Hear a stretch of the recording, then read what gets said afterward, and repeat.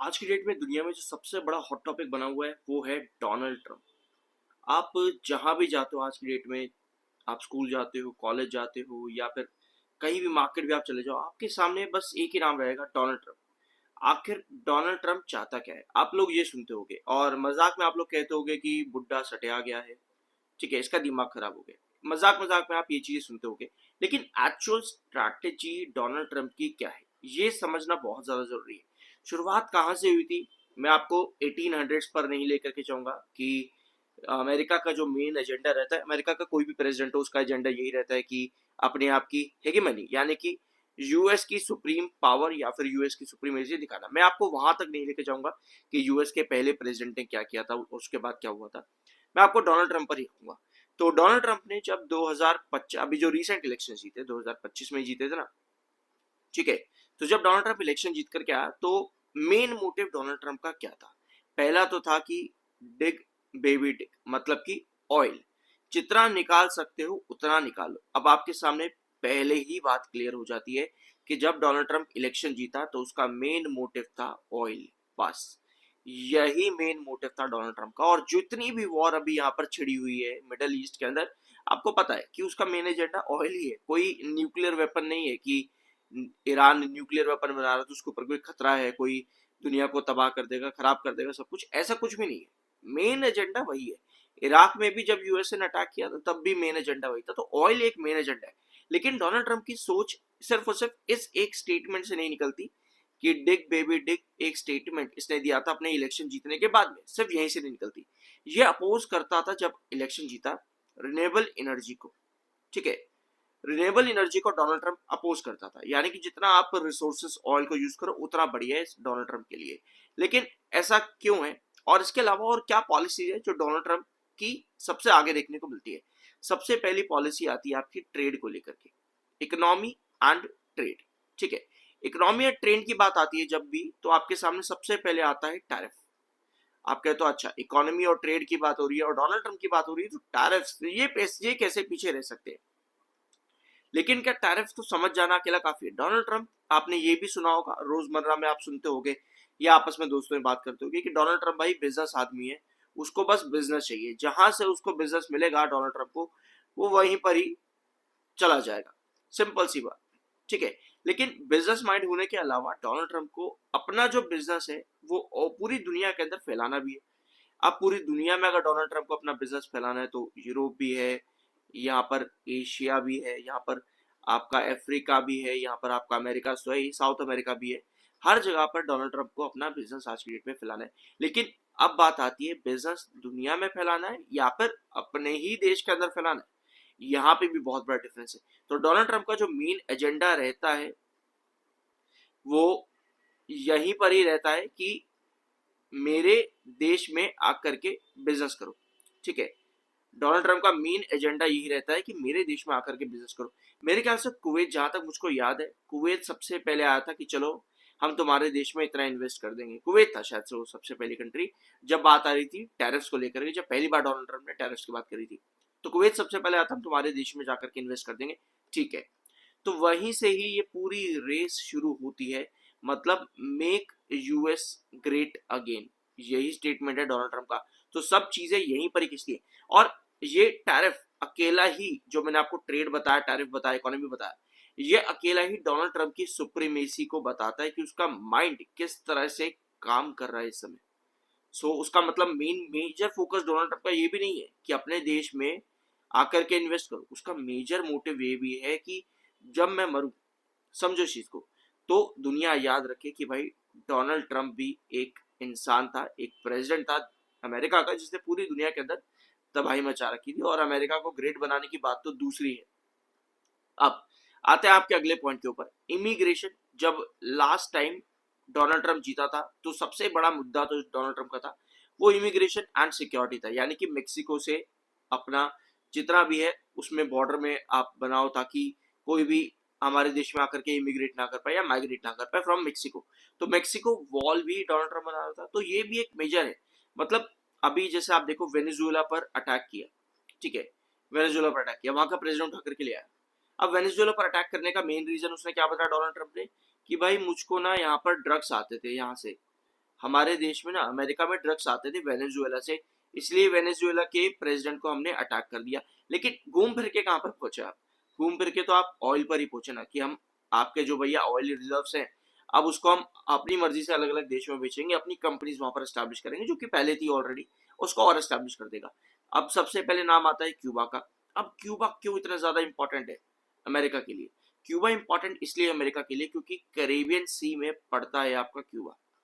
Cuba Caribbean sea में पड़ता है। आपको पता है जब कोल्ड वॉर हुआ था, जब कोल्ड वॉर हुआ था, तो सबसे पहले रशिया अमेरिका इसी मेजर रीजन के पास में आपका क्यूबन मिसाइल क्राइसिस आप लोगों ने सुना होगा, यहीं पर ही आकर के सबसे पहले ये बैठ गए थे अमेरिका रशिया।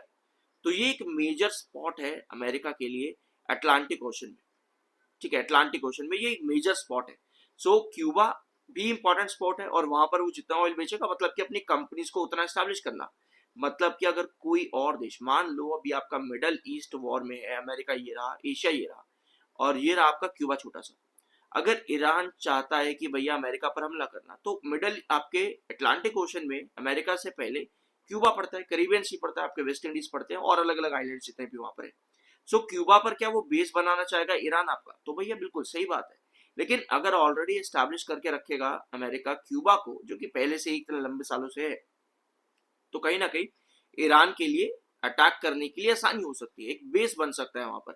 लेकिन अमेरिका वो चीज होने नहीं देना चाहता कि भैया मैं इतना दूर बैठा हूं, मैं चाहे यहाँ से मिडल ईस्ट में अटैक करूं, चाहे मैं यहाँ से रशिया पर अटैक करूं, चाहे मैं एशिया में अटैक करूं, चाहे मैं यूरोप में अटैक करूं, इस पूरे बीच में यहाँ पर अगर आप देखोगे समुद्र समुद्र समुद्र समुद्र, मेरे ऊपर कोई अटैक नहीं कर सकता, क्योंकि मैंने अपने हर कॉन्टिनेंट के अंदर मैंने अपने बेसिस बना रखे, हर कॉन्टिनेंट के अंदर मैंने अपने बेसिस बना करके रखे। कहीं पे यूक्रेन रखा हुआ है, और नाटो नॉर्थ अटलांटिक ऑर्गेनाइजेशन ये तो आपका है ही।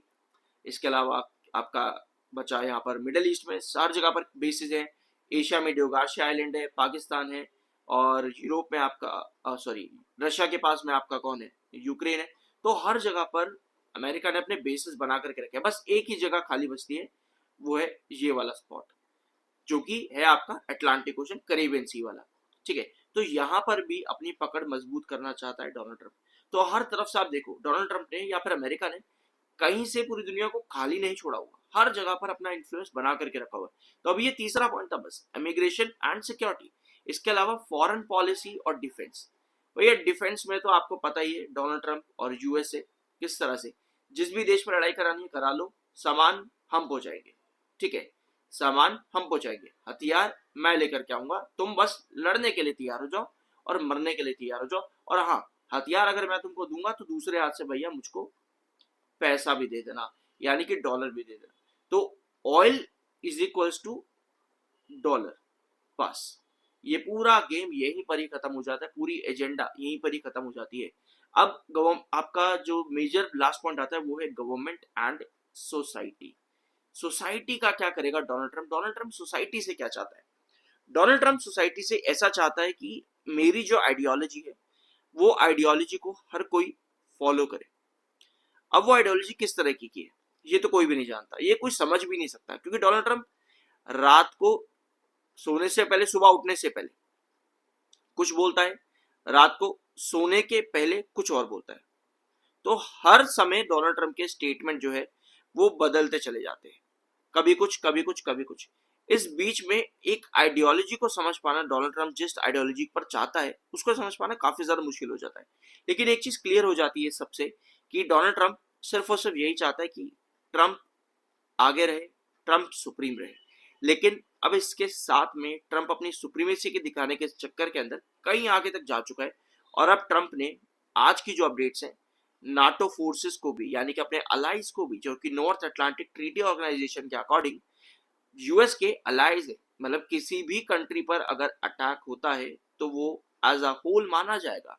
अब डोनाल्ड ट्रंप कह रहा है कि अगर नाटो फोर्सेस यूएसए को ईरान के साथ इस वॉर में नहीं साथ देंगी, तो यूएसए किसी पर भी अटैक कर सकता है।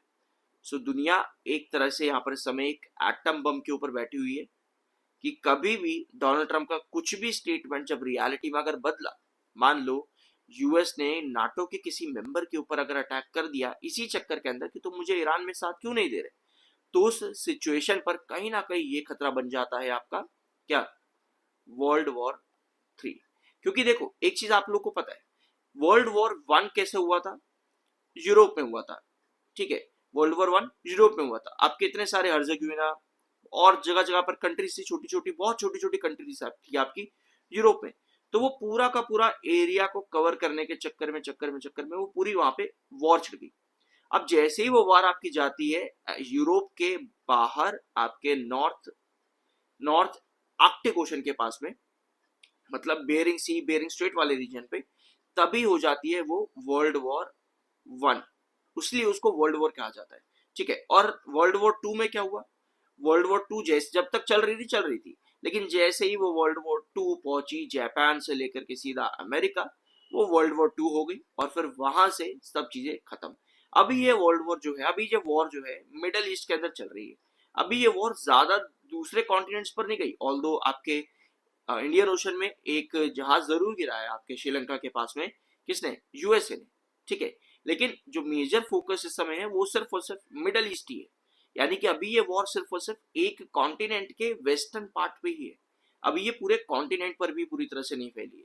तो लेकिन यूएस से अगर इस तरह के स्टेटमेंट देता है, डोनाल्ड ट्रम्प इस तरह के स्टेटमेंट देता है, तो कहीं ना कहीं ये वॉर यूरोप की तरफ भी जा रही है, और यूरोप की तरफ जा रही है तो फिर पूरी दुनिया में कहीं ना कहीं फैल रही है। क्योंकि यूरोप अपने आप में लगभग 50 के प्लस कंट्रीज लेकर के बैठा है, अपने आप में यूरोप लगभग 50 के प्लस कंट्रीज लेकर के बैठा हो, शायद इतनी ही है, लगभग गिन लेना एक बार अगर आप चाहो तो, ठीक है। इतनी सारी कंट्रीज लेकर के बैठा। तो अगर यूरोप की तरफ ये वॉर घूमती है तो आपको पता है फिर ग्रीस से लेकर के आपका जितनी भी आप ऊपर चले जाओ, कहां तक जाओगे आप? स्पेन तक चले जाना, ठीक है। पूरी ये वॉर वहां तक खिंचती चली जाती है।